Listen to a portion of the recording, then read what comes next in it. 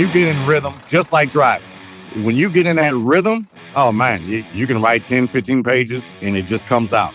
And it's just like when I'm in a rhythm and when I'm making great money, I'm doing runs back to back to back to back. I don't want to stop. Right. I'm like... Welcome to Six Figure Trucker, the podcast where we share advice on how to be successful in trucking and have fun while doing so. We'll share stories, news, and advice on how to earn six figures in trucking, and we'll speak to guys and gals that are already doing so. Let's get to the show. Hello, everyone, and welcome to the Six Figure Trucker, brought to you by Norton Transport. And those of you who tune in with us each and every week on the format of your choice know that this is a format where we lift up, elevate, and celebrate the truck driver. Not always seen in the most favorable light, sometimes by the general public, but that's not what we're about here. We lift them up for what they do for commerce. And of course, you know the people here at Norton Transport, we don't transport cargo and freight, but we move the trucks that move the cargo. And that's an integral part of what happens in the American economy. Now, today we're going to do something a little bit different. We're going to step outside of the Norton family, but not out of the trucking family. We have a special guest who is joining us this evening. He came recommended to us. He's a guy that's on the national scene. Very engaging story that you want to stay with. This is going to be very compelling for you. Mr. Jonathan Greene is joining us now. Now, Jonathan, where are you right now? I am in Laredo, Texas right now, sir. Laredo, Texas. Now, you are in your truck right now? I'm in my truck right now, talking to you. Absolutely. So I'm assuming, are you parked at a truck stop somewhere? Or you got a safe place where you're pulled over? Yeah, I'm at an OC down here in Laredo, Texas. Gotcha. Now, what's the run that you're making? Where were you coming from? Where are you going to? This run I delivered a run at about 5 this morning in Dallas. I dropped that run off. Then I got stuck there because at 6 o'clock they had, it was about 5:30, but at 6 o'clock they had shift change. So at 5:50, I sat there at the gate with another guy. And by 6:15, they came out and started working again. So finally got out of there. Then I had to go over and do another pickup. And where I went and did my pickup, less than 10 minutes away, the trailer had a problem. So I had to make sure that trailer got repaired. And then I shot down here to Laredo. Did you have a load or were you picking up? Yeah, the trailer was loaded. And that was a load that I just delivered about an hour ago down here in Laredo. Now, you're an owner-operator, is that right? Yes, sir. You've been in the business for a while. How did you fall into it and rise up to the level as an O&O? Well, I have always been a driver. I was a guy who always drove. That was just it. Every time we went somewhere, growing up, whatever, once I got of age driving, I was always the driver. It's always something I love to do. And I just took it to the next level and decided I wanted to be a truck driver. I always wanted my own truck. So in 2013, December 2012, I graduated from trucking school. In 2013, I went to work. Mm-hmm. Been doing it ever since? Been doing it ever since. Now, this is something we want to see here. We're going to talk a lot about Jonathan and his driving as a truck driver and how he got into it and how he's been able to flourish within it. But some of you may have already heard of Jonathan, but not by Jonathan Greene, but by DaVon Greene. DaVon Greene is a pen name, and Jonathan is an author, and he has a very engaging story. Jonathan, kind of walk us through from the beginning how this came about. Well, I decided to get back into writing a few years ago, and I wrote my first book, which is called Laredo Nuevo, Rise of Acosta, and that was by a truck driver for truck drivers, and there's a truck driver character in that book. And that was my first that was my first thing I did. And I actually started that way back in 2013, 2014, somewhere around there. And I finished it. And once me and my wife got together, she told me, just keep on writing. So actually, I'm on my fifth book right now, but we are about to release my second book called Paladin, Briscoe DeVos, Defender of House of Floor. Now, there's not a truck driver in there. I got you. Now, that first book that you wrote, 2013, approximately there, that was shortly after you got your CDL, which was 2012. And I guess you'd compiled a year's worth of experiences of time on the road. Give us that title of the book again, particularly for our drivers that are listening. Maybe something they want to see, read. And is it on a digital format? It's on Amazon. It's on Goodreads. It's called Laredo Nuevo, Rise of Acosta.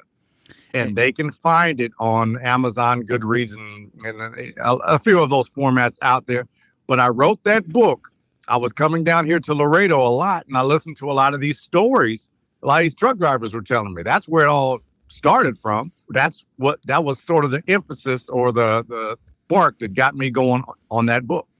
Without giving the plot and the story away, give us a nutshell about what the book is about. Primarily, it's about a sicario, an assassin named Ernesto Acosta. And Ernesto Acosta is out there in Mexico doing his thing. He kills people and nobody knows how they got killed or that kind of stuff. He disappears on this, that, and the other. And he works for a drug cartel. And the book comes together. It starts with a truck driver who goes to his mother's funeral in Mexico, and his father, he drives this big, beautiful truck down there, and in the town that he goes back to, there's one of the Las Netas, one of the big wigs, comes to the funeral, and he tells the son, "Hey, leave the keys there. I want that truck." He's like, "What are you talking about? It's not for sale." And that's where the whole story starts. I gotcha. Sounds very engaging, very interesting. And, you talk about your passion for writing. I write at night in my truck. Really? Tell us about that. I mean, when you're taking your break? At the end of the day, I will, after I've eaten dinner and all that stuff, I'll turn on the computer and write. Nice. And I've done that for years now. What kind of truck do you have? I have a 2020 Freightliner Cascadia, and I just got this one about 3 months ago. My original truck, I blew the engine $1.3 million, and make a long story short, I never should have let a guy on the side of the road. He talked me into fixing it, and I never should have let him do that. There's a lesson learned there, because when it comes time to repair, let's hear it from you, a professional driver. Is there some comfort in going into a dealer per se or something equivalent? Well, there is a level. You have to find a mechanic, your primary mechanic that you trust. And I have a situation down here in Laredo. I have a group of mechanics that I have trusted for years. And I can call them up anywhere in the nation and say, "Hey, man, listen, this just happened." And they'll tell me. Matter of fact, he saved me probably thousands of dollars. I can give you an instance when my truck broke down leaving here. All the lights came on. Like, what's going on? So I called him. His name is Sergio. I called Sergio and we're talking, and he told me to check this. And then he said, "You need to call." I was up by San Antonio. He said, "You need to call a company that has an electrician on staff who can come out and check it out."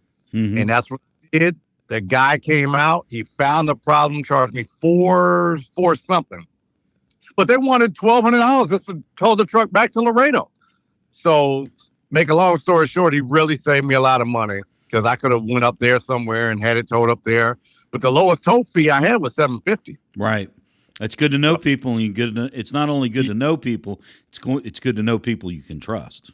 Yes, and my just letting you know, man, I'm strongly into maintenance. I change my oil every 2 to 3 weeks, and in between there, I get a oil filter. Saves you a lot of hassle and a lot of problems down the road. It does. Now, you were saying you do your writing with your computer in your truck. Do you kind of cozy up in the sleeper? I'm assuming you got a sleeper in that Cascadia. Yes. I have a desk. In this one, I actually have a desk. So I can sit here and write and do what I have to do. And then, I might write a paragraph. I might write 4 pages, because be quite honest with me, it takes 4 pages of text for me to write 1 page. I got you. I don't know why. That's just the way I write, man. Now, writing is something we've discussed and touched on, is a Yes, sir. passion. And from looking at some of your past, it kind of, I guess you could say, comes to you naturally. Your father is a man of note. Yes, my dad was a writer. He wrote books. He wrote music. He did a lot of things in the industry in Los Angeles, where I was raised, and that's what he did. That's all I knew him. He was, when I'd come home from school, he was sitting on the piano doing something, or sitting on the typewriter doing something. That's what he did. You're listening to Jonathan Greene here on the Six Figure Trucker, brought to you by Norton Transport. Now, Jonathan is not a Norton trucker, but he is an O&O driver, and he's also a writer, and he goes by the pen name of DaVon Greene. You can check him out. Now, you said you've completed 5 books. I'm current on my 5th book right now. On your 5th book right now. Now, let's talk about where do you draw from to get the energy and the storylines for all these books? It's just my passion. Everybody has a passion for something that they do, and I enjoy it's just like I enjoy the challenge of driving a truck, getting there on time, doing the things I do as far as being safe on the road. I enjoy the challenges of every day of driving a truck. I also enjoy the challenges of writing something that I can leave here as a legacy that my people, enjoy.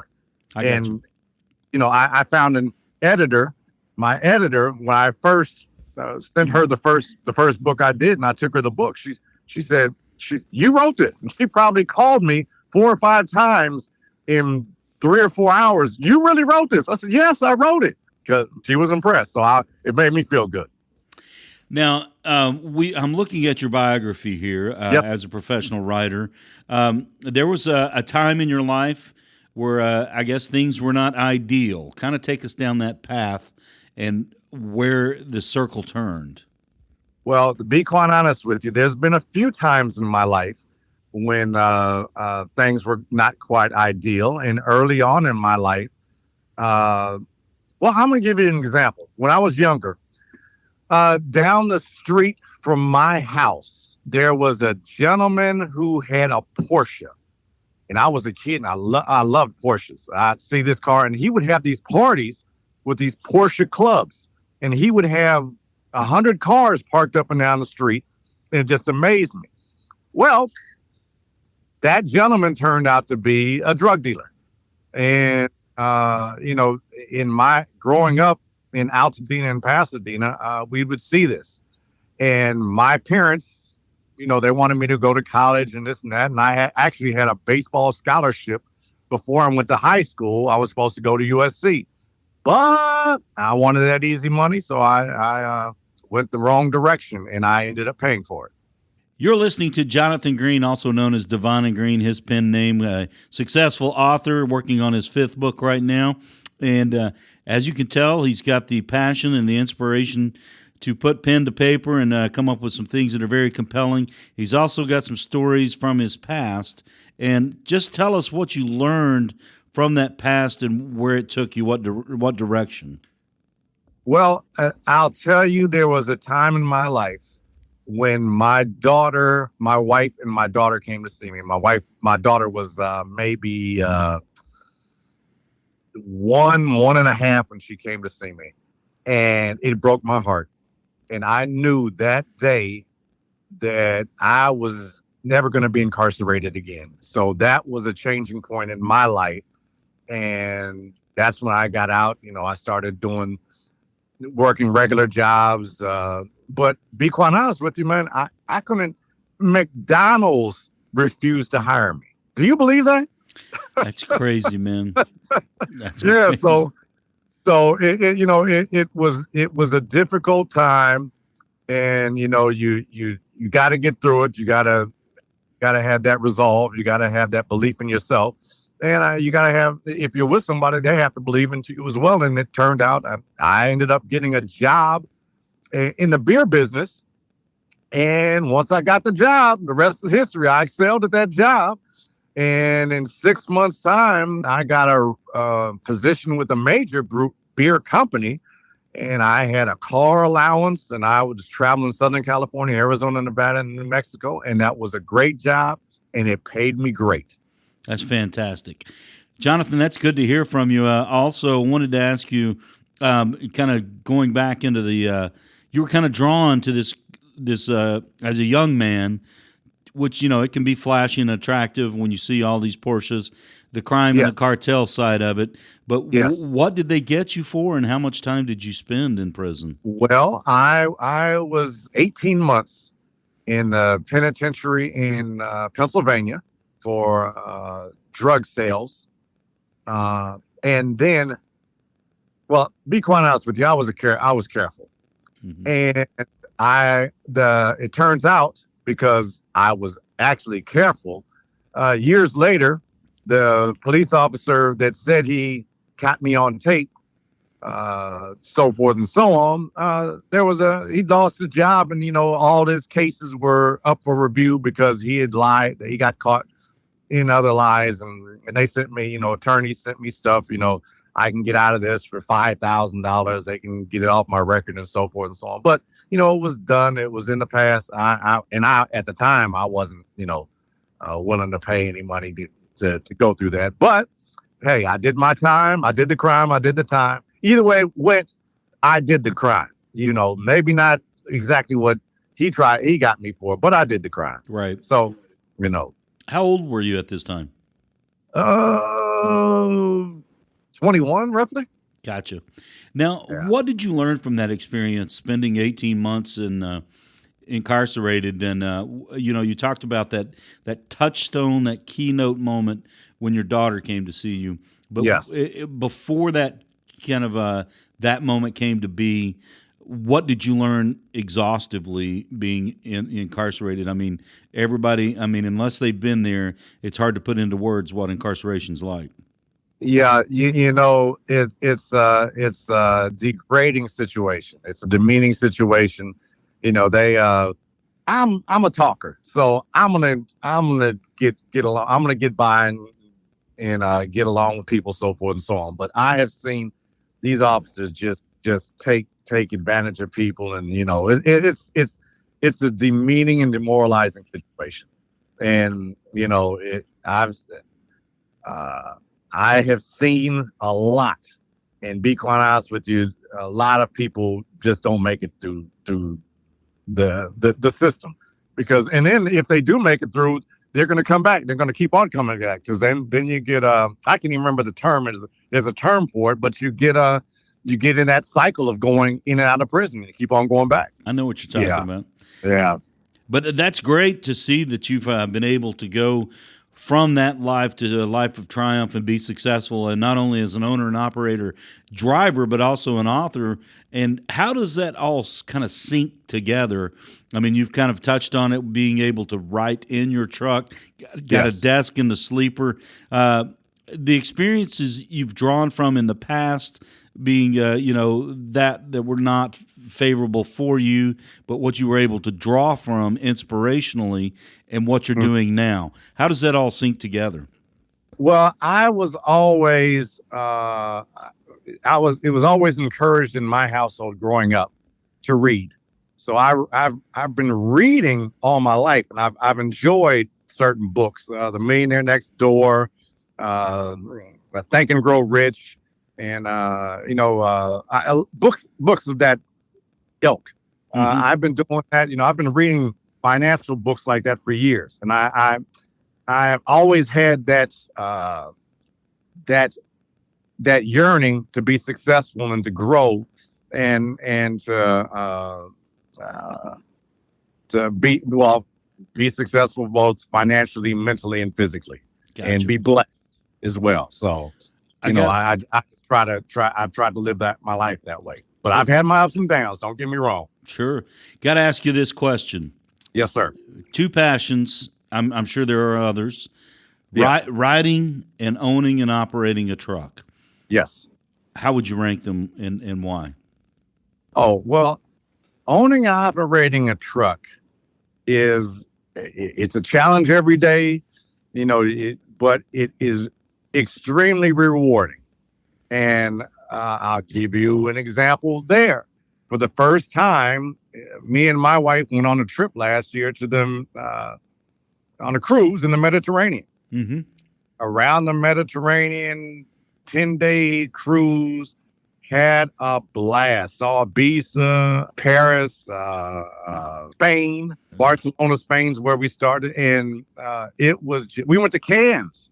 Where the Cannes Film Festival is. We were there just a week before the Cannes Film Festival. Oh, good for you, man. It's a beautiful part of the world, dear.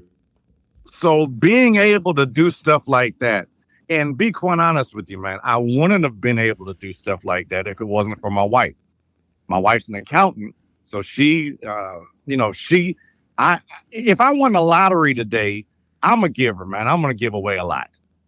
With my wife, I'm not going to give away so much. I got you. You understand? I understand. I understand. Yeah. Now, yes, both are passions, equal passions, I'm assuming. I don't want to put words in your mouth, but which one do you enjoy more? Does one give you more satisfaction, more rewarding, the putting pen to paper, or driving that big truck down the road? Well, both. Actually, it's like your children. You can't pick one. I enjoy doing them both, Rick, be quite honest with you. And I've made it work, been able to do them both. I really enjoy driving trucks, and I really enjoy riding. Gotcha. And, that's just me. Now, do you have anyone that works for you in your company, or how does that play out? Well, my wife works for me. She is the company accountant. She does the payroll. She does, all of our trips are business trips because I have an LLC. That's you understand. That's fantastic. You know, you kind of touched on something that you could probably lend a lot to our audience, which is primarily independent contractors. Our drivers are independent contractors. Yes. And you have the LLC. What advice could you give to an IC who works in Driveaway trucking, which, of course, Norton Transport does? What advice would you give them from that kind of framework? Well, I would tell them the first thing you do is get yourself an LLC. We have an LLC that we set up, that we originally set up in California. Then we had to move it to Arizona, and we were able to move it from state to state. We have EIN numbers. There's a lot of, I run all my medical for the family, the phone bills through my LLC. The phones you can take advantage of all the tax benefits that an LLC offers. So when you travel, and as long as you do certain things for business while you're traveling, and you can write it off. Right. My wife and I have written off a lot of things. And then also we have a self-directed 401k through my LLC. So, there's a whole lot of benefits per having something like this. And then all my maintenance on my trucks, tax deductible. Mm-hmm. So it lowers my tax burden every year. So you got to do what you got to do and be smart about it. Talking about being smart about it, the steps you have to take for write-offs. I mean, it certainly doesn't hurt that you're married to an accountant, but that's a plus. That's a check. Yes. That's a check box right there. But yes. I mean, again, going back to the IC drivers, how much would you encourage them to take those extra steps to get those write-offs that are in the end going to benefit them? I would encourage them beyond all measure. There is once you get into that boat, and once you start taking advantage of those write-offs, and once you see what you paid in taxes out of your pocket at the end of the year versus the year before, you're going to thank me. Gotcha. Bottom line. But you got to get somebody who knows trucks. They have to know the trucking business. They have to have an inkling of how the trucking business works. So you got to be selective when you're choosing your profession. Yes.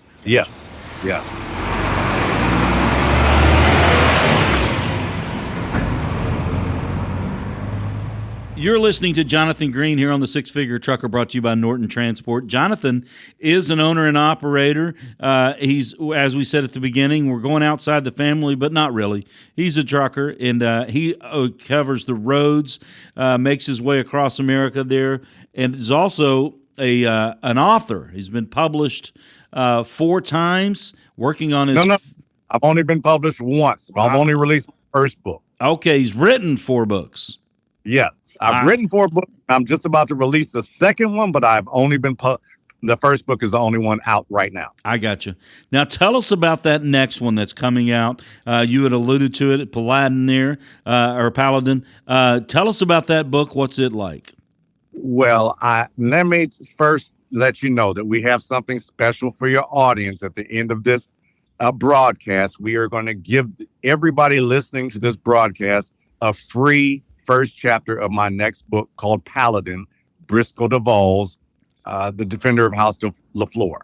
We're going to give them a free copy. We're going to give them a website they can go to and sign up for a free first chapter of that book.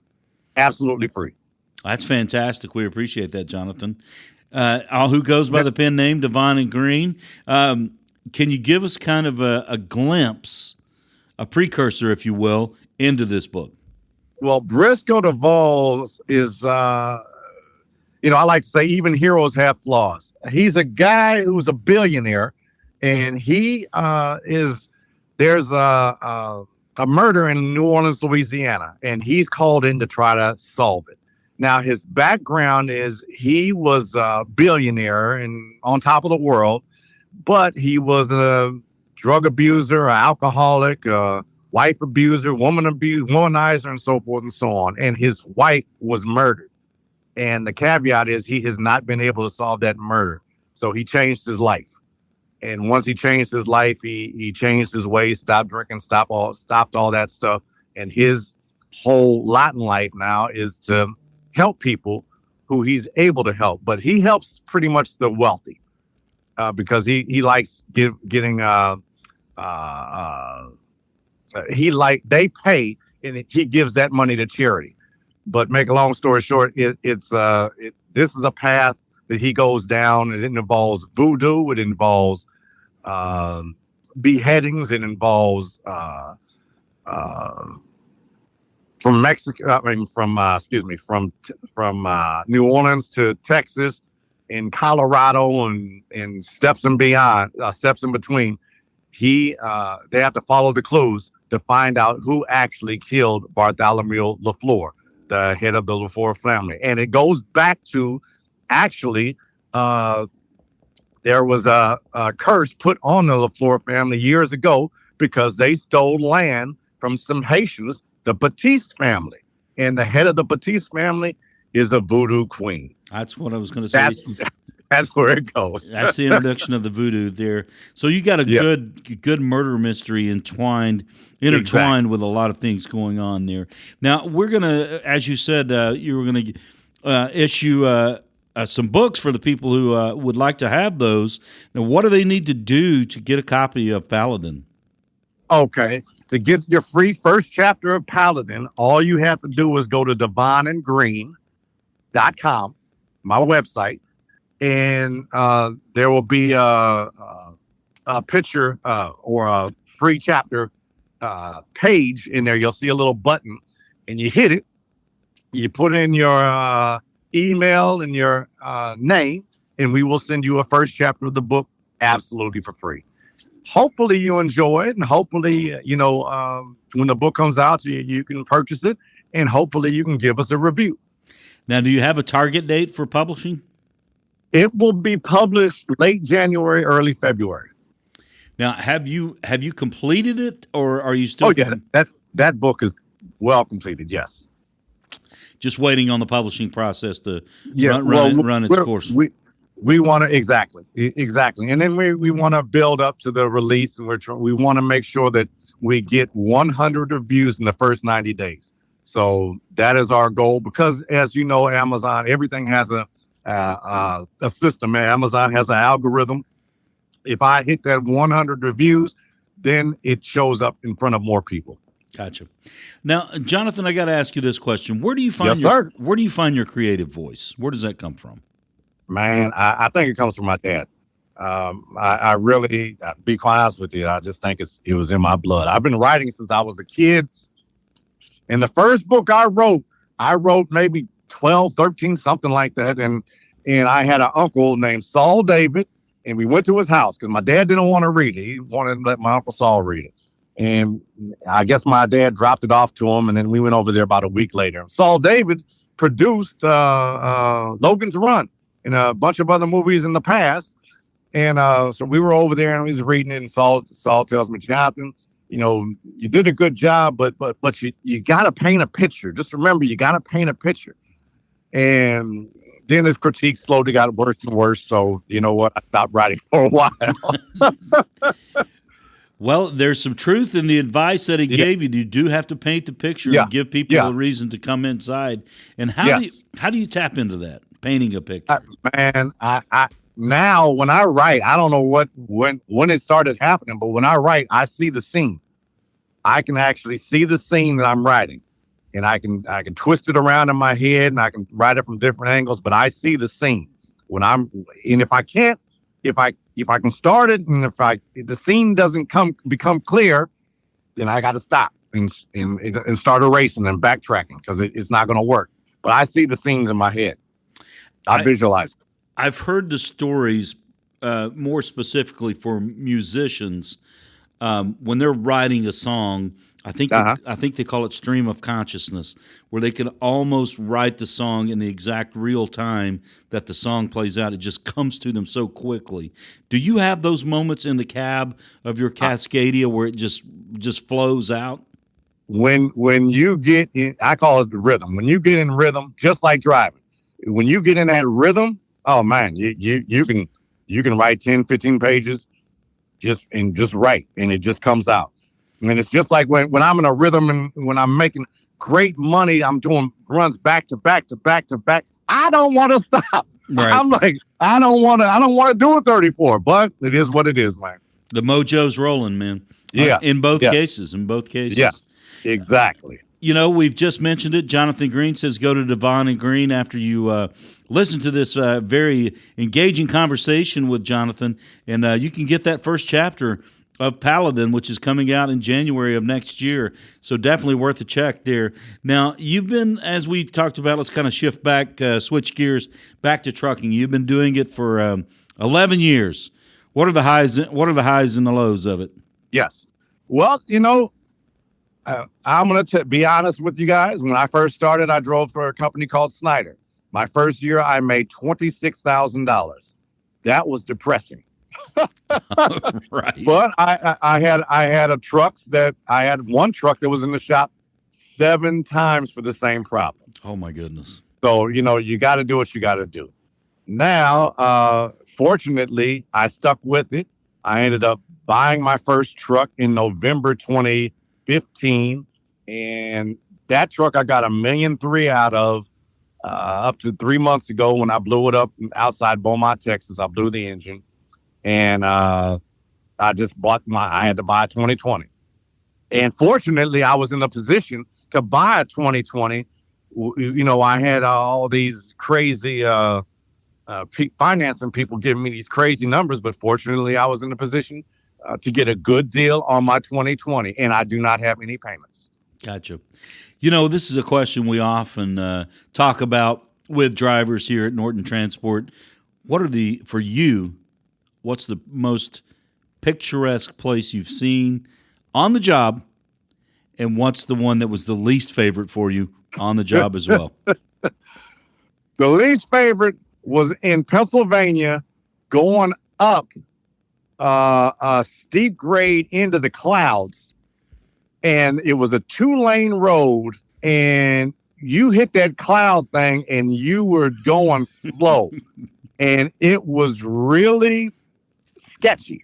It sounds like it was frightening. Yeah. I mean, that was whatever, however you want to say it was, and it was, that was one of the least favorite trips I've ever been on, and I will never do that road again. I just remembered it was in Pennsylvania, and no. Made a mark on you. Oh yeah. And then I remember I've come across just like coming down Donner Pass into the San Francisco Bay Area, and coming over that hill and catching it right at sundown when you're like, oh man, look at this, and it's just beautiful. And there's other things across Utah, Salt Lakes, or the Salt Flats, or whatever. The Salt Flats. Yeah, seeing that kind of stuff, and it's amazing to you. And then even I-70, going in I-70 in the snow, and you're going around these curves, and you're looking how beautiful our country is. We have a beautiful country, and people should get out and see it some more. Mm-hmm. Now, the imagery that you have seen, yes, does it make its way into your writing? Oh yeah. I try to. Matter of fact, if you look, when you start reading Laredo, in the prologue, I describe Mexico. I describe it in detail with some visually enhanced words, or however you want to call it. But yeah, the imagery, I try to put it in my writing. That's what I was kind of getting to. Was as far as the scenes you see, or the images you see from the cab, does that get into your book? I have, kind of.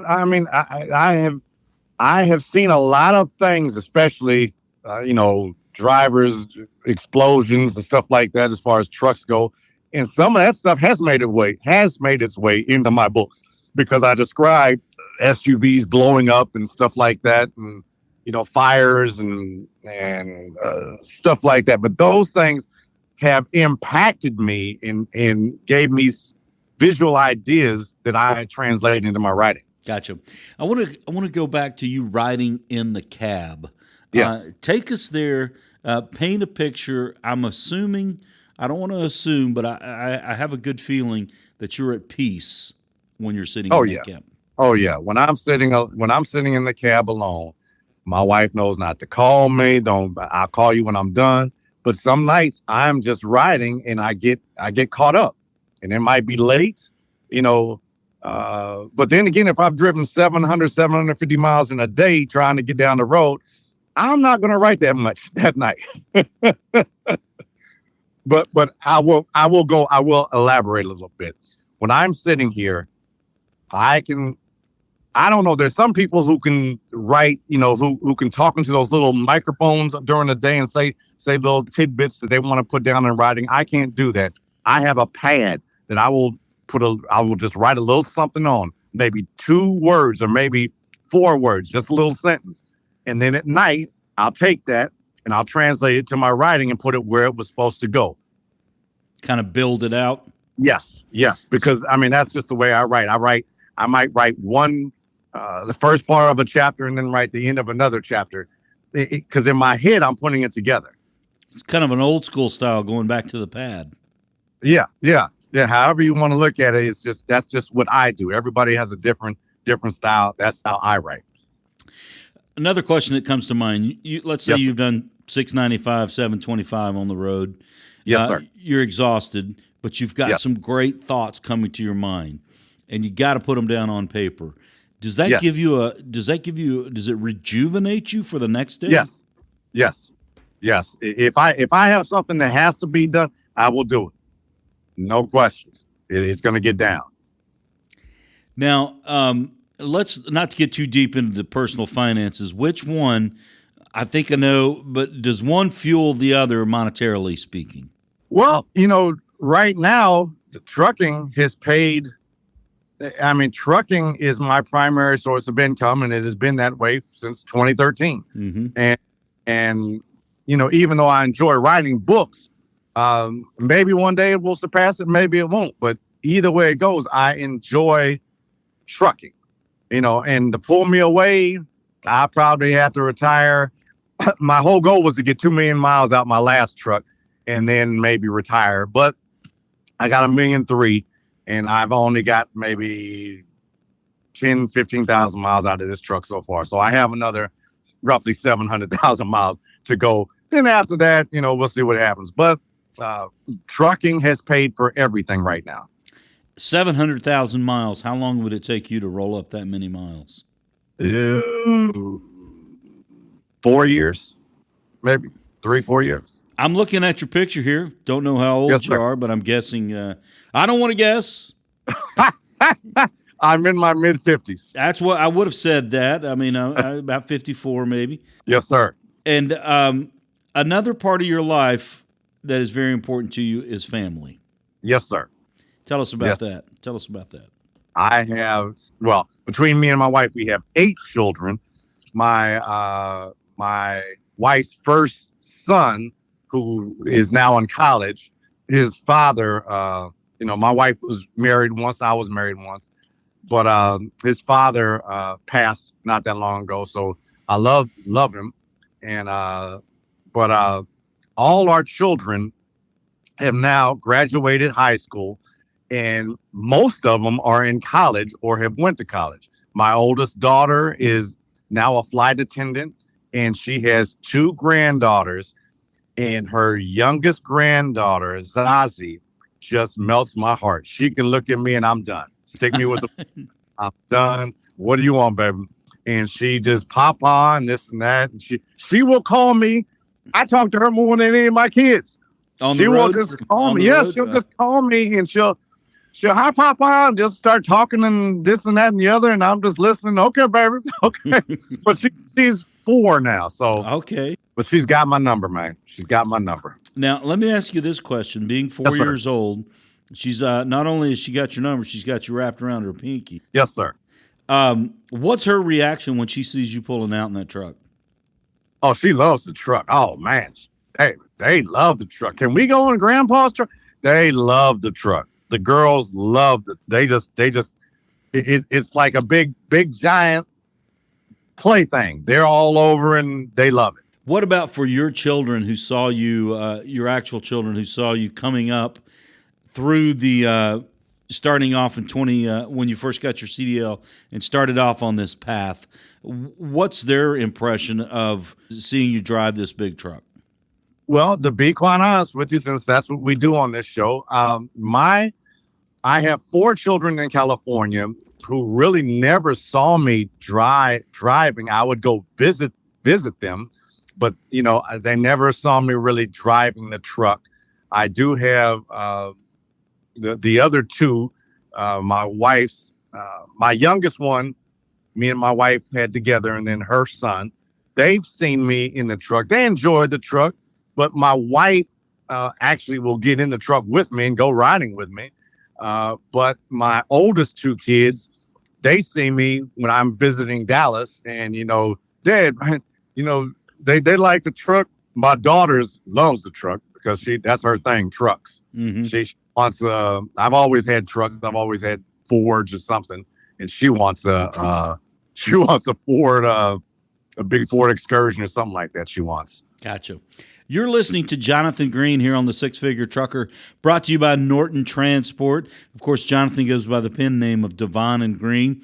You can get the first chapter of his next book to be released on DaVonandGreene.com. Just check that out. Fascinating story. Now, how do you see that book hitting the audience? Obviously, we want success for you. You want success for yourself. You want to see it sell a lot of copies. How do you see it playing out, and what will you need for it to play out the way you need it to? Well, the first thing, I just want people to enjoy it. That's first and foremost. If they enjoy it, everything else will come. If they really like it, everything else will come. And that's all I want. As far as, I have put together, I think, a strong team who we built a website. That's actually a funnel that you can, you'll get the free book. The free first chapter. You can go through there and sign up for, if you actually buy the book, you'll get a free companion piece that I wrote. You'll get access to some insider things that we have coming down the line, early access to my next book. And I have a social media team that I have people who have really helped me out along the way. And it really pays off when you find the right people. Oh man, you feel like you can conquer the world when you have the right people around you. And I believe I have done that. Jonathan, I got to ask you, now that you've seen, tasted, and lived through such success as an author and also as an owner-operator, do you ever find yourself out on the open road thinking back to the course of what your life has traveled from a young man, incarceration, and to where you are now? Yes, I do. When I think about those times, I think about my parents, both of them in heaven, and I just want my parents to be proud. That is one of the most important things to me. I want them to look down and say, I'm proud of you, son. Well, it sounds like you've laid out the groundwork for yourself personally, with your wife, and also with your family and extended family. What motivates you? I mean, we know about your passions. We know about the passion to write, the passion to keep your company, your trucking company, moving forward successfully. But what motivates you? What drives you? Yeah, I guess it would be family, legacy, desire, you name it. I don't want to fail. I want to be an example for my boys. I want to be an example for my girls. I want them to look up to their father and be proud. That's what motivates me. Gotcha. Now, you acknowledge that you're in your mid-50s. We'll say on the younger side. We'll say on the lower side of 55. Okay. Just for the sake of argument. But where do you see yourself as far as the truck itself, hanging up the keys for good and just riding? I don't want to preconceive what may happen, but is that how you see it playing out, or what's the future look like for Jonathan Greene? Well, either way it goes, and I don't know. I see myself one day giving it up, but I don't see myself giving it up anytime soon. Even if I won a lottery, me and my wife were talking about this. I don't know if I would want to stay home all the time and write, because my every time I'm home, I'm spending money. So when I'm out on the road, I'm doing what I have to do. And there's also some other ventures I have thought about, and hopefully maybe we put together in the next 2 to 3 years coming down the line. And those ventures would be in the trucking field itself. Gotcha. Now, you've got we're looking at roughly a decade in the trucking business. Yes, and sir. You've got that fortitude. What would you say to people who are moving into Driveaway? You talked a little bit about the tax purposes or the tax framework on the legal side, setting up as an LLC. Yes, sir. What would you say to drivers? How do you keep the wheels turning, not on the truck, but internally? How do you stay on top of your game? What would you say to those drivers out there? You have to find that self-motivation. It's within everybody. You have to find your button, and you have to do it. And then you have to get in the habit of success. So I tell everybody, I eat a salad every day. I make sure I eat a salad every day, because that's my body. I need to eat a salad every day. I try to exercise every day. I try to write every day. Once you get in those habits, all that becomes easier. Jonathan, you touched on a very good point. We talked to a lot of drivers about that, and you would know better than anyone the diet of a truck driver. It's easy. It's easy to fall into a bad diet. I mean, because we've all seen the food at the truck stops. You're on the go all the time. You're eating in your cab, or you're eating for 3 minutes, then you're back on the road. How do you discipline yourself? I mean, you just told us that eat a salad every day, and that's important. How do you discipline yourself, and what should others do to get into that mindset? Well, if you gain 20, I gained about 30 pounds my first 3 months of driving, and I realized something was not right. So I sat back and said, okay, I have to change my diet, this, that, and the other. And, you evaluate and you say, okay, I eat oatmeal in the mornings most days. I drink a lot. I drink at least 2 liters of water every day. I have a push-up routine, a stretch routine. I stretch first thing in the morning. I do at least my push-ups every day in the truck during my 30-minute break. And then I try to walk at night. I try to walk around wherever I'm at and try to get some exercise. I try to do a mile or two, maybe, depending on the lot, just to get out and exercise and move my feet and do what my body needs to stay on top of things.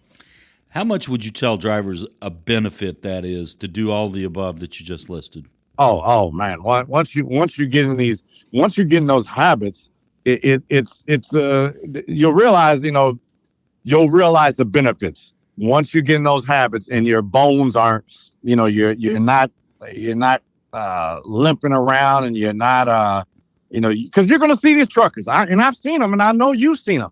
I saw a guy get out of the truck one time. He must have been 400 pounds and 6'3", and my whole thinking was, how the hell did he get in that truck? Mm-hmm.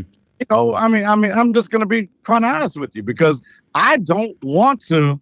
I would rather try to take care of my body right now and not get to that point where I have to change. Where I just want to be healthy for my grandkids. I want to be healthy for myself. I want to be around here a while longer. So I try to eat healthy. I try to do the right things. And my wife encourages me, and I encourage her as well. One thing that drivers tell us that have been on the Six Figure Trucker, brought to you by Norton Transport, is the absolute value in being mentally sharp. Not just physically ready to go, 10, 11 hours in a day, but to be mentally sharp. Does your writing help you become sharper as far as your awareness, situational awareness on the road? I believe so. It's just like I still read. I will take time out and read, and I'm reading a James Patterson book right now. I believe all that helps your mental acuity, whatever you want to call it. It sharpens. It's like it's like your body. It's an exercise. It's an exercise for your brain mentally. Now, are you a driver who likes to log his hours in the early morning, mid-afternoon, or do you do most of your driving at night? I normally start my day by 4 a.m. Yeah, I've started as early as 2:30, maybe 3, but my normal days are 4 a.m. to 4 p.m. And 4 a.m. to 2 to 4 p.m. depending. And in my days, I can normally find parking. So and then I can get down the road a lot longer, a lot farther than if I start at 7. Well, you beat the rush hour too if you're in a city there at 4 o'clock in the morning. Exactly. Well, I got to ask you this question as we come to as we're about to wrap up. Okay. We got that new book coming out January. We're looking at it hitting the public then. Is there another book in the works?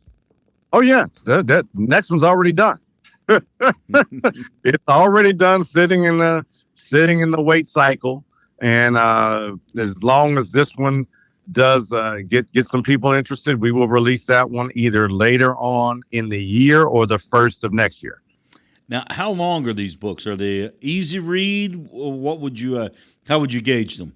Well, this one, be quite honest with you, man, this one was kind of a battle between me and my wife, because my wife thinks we should, because this is a long book. This is roughly 600 pages. And my wife was thinking we should cut it in 2.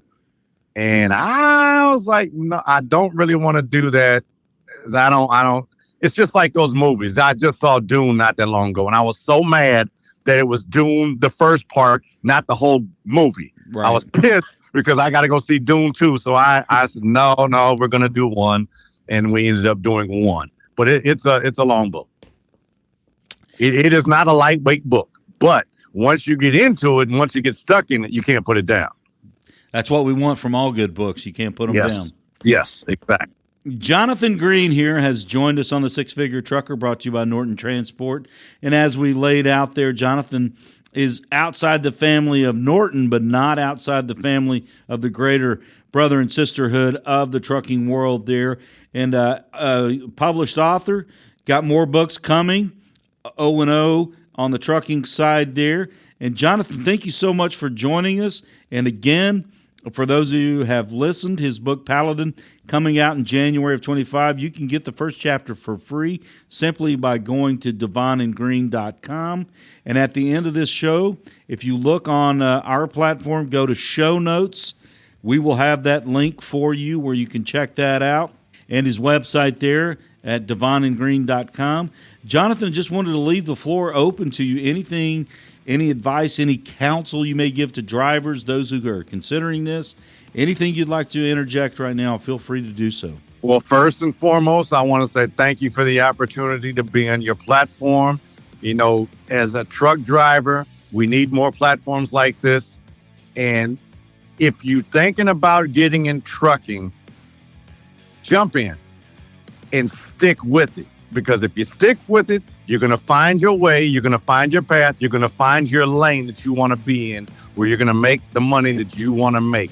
There's all different kind of ways you can go out there, but there's all different kind of opportunities in trucking. And hey, the future, you know, you could do it if you put your mind to it. Good luck to you. That's a great place to stop right there. Great words of advice from Jonathan Greene. Pen name DaVon Greene. Go to DaVonandGreene.com to get that first chapter of his book. Again, that will be in our show notes just to take you down the path you need to go. Jonathan, I got to say, person to person, man to man, thank you for joining us. Thank you so much, sir. You have a good day, and it was a pleasure. Absolutely. Take care. Six Figure Trucker is brought to you by Norton Transport. Norton Transport is a drive-away trucking company that customers can rely on. It offers excellent independent contract driving opportunities to professional, courteous, and qualified drivers that can provide the kind of service we deliver. If you're interested in learning more about Norton or just want to subscribe to the show, check out 6-figuretrucker.com. That's 6-figuretrucker.com.